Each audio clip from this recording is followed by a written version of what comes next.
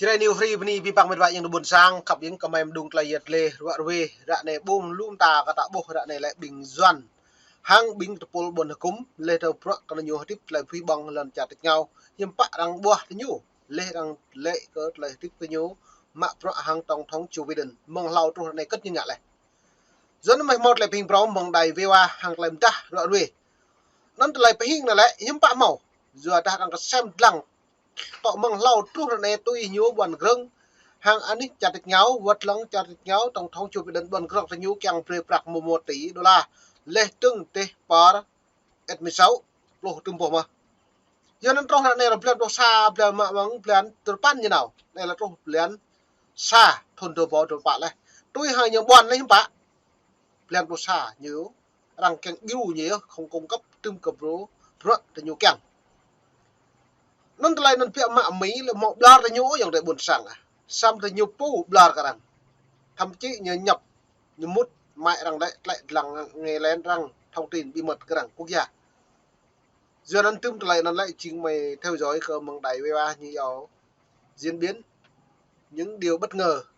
khi VOA theo dõi về tổng thống Joe Biden đàm thoại với chính quyền Việt Nam Hà Nội lúc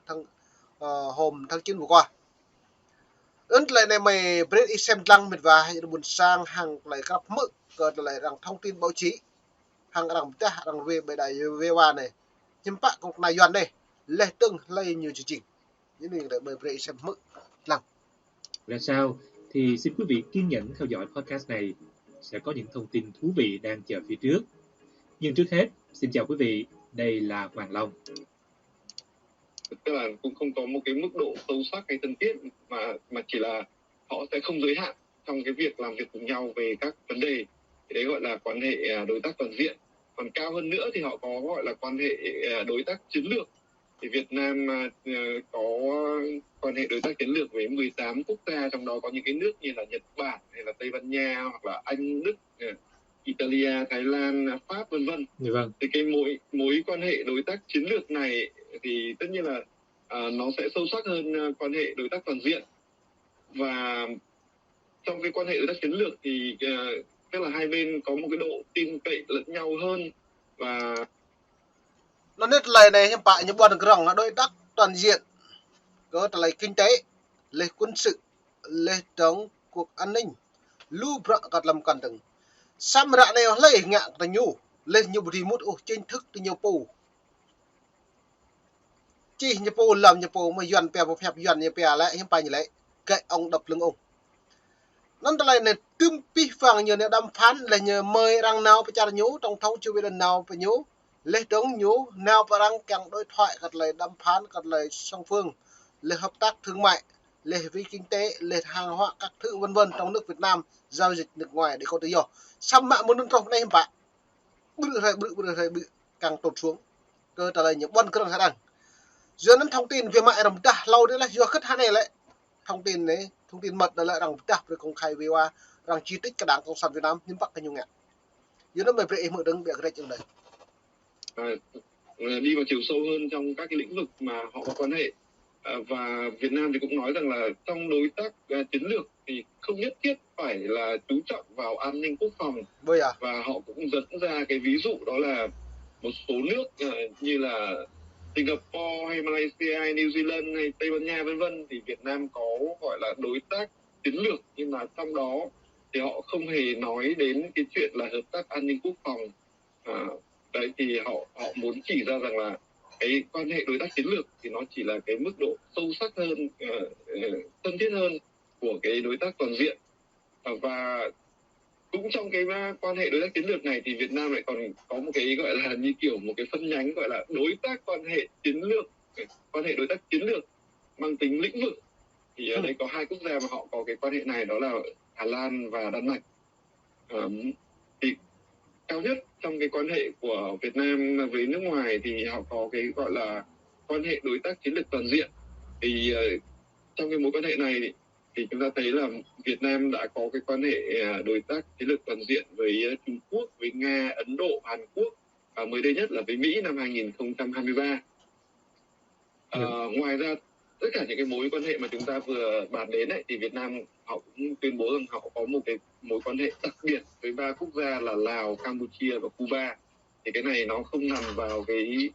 cả 3 cái điều mà chúng ta vừa nói đến. Nhưng mà họ gọi là quan hệ đặc biệt bởi vì giữa Việt Nam và Cuba thì họ rất là thân thiết về cái ý thức hệ cộng sản và cũng vì là cái giờ nó lại bỏ lại không biết hàng lại cần nhiều bọn rừng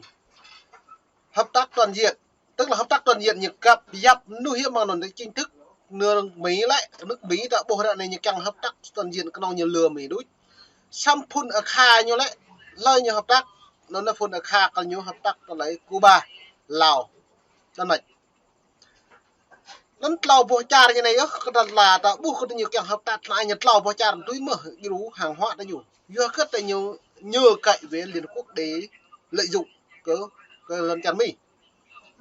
nó có po là vi bằng e buộc cái dòng tới buồn sang ra này còn này yuan nhiều vịt được bằng nào đó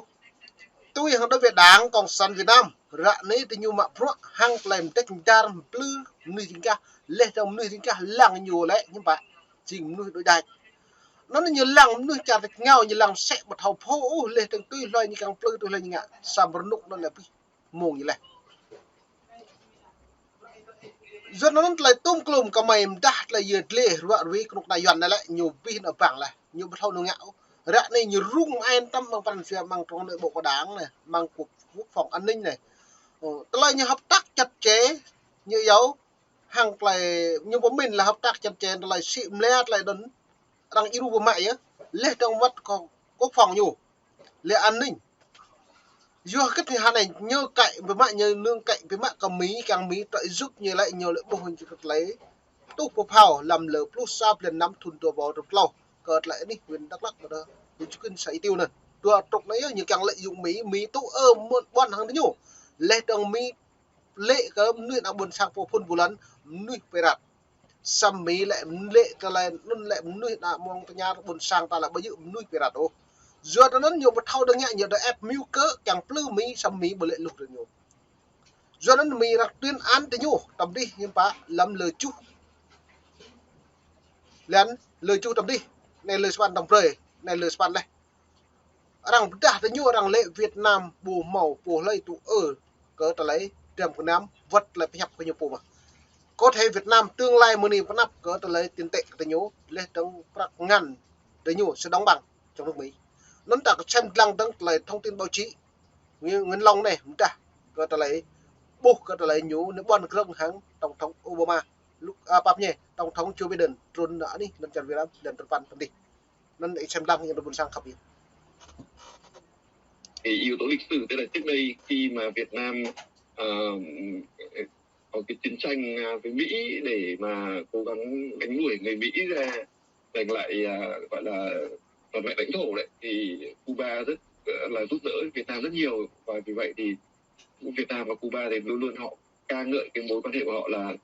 tình nghĩa thủy chung son sắt vân vân và cho đến bây giờ chúng ta thấy là bất cứ lúc nào thì Việt Nam cũng luôn luôn là ủng hộ Cuba trong mọi trường hợp và bất luận là về vấn đề gì. Còn đối với Lào và Campuchia thì đương nhiên là Việt Nam rất là cần họ vì là Việt Nam trong nhiều văn bản hoặc là trong nhiều phát biểu thì họ coi là như là gọi là phên dậu của Việt Nam, đây là một cái vùng đệm để tránh Việt Nam bị xâm lược hoặc là bị nước khác sử dụng làm căn cứ để đánh vào Việt Nam vân vân, thì cho nên là họ cũng rất là coi trọng Lào và Campuchia và họ gọi là đấy là quan hệ đặc biệt. Thì đó là tổng quan về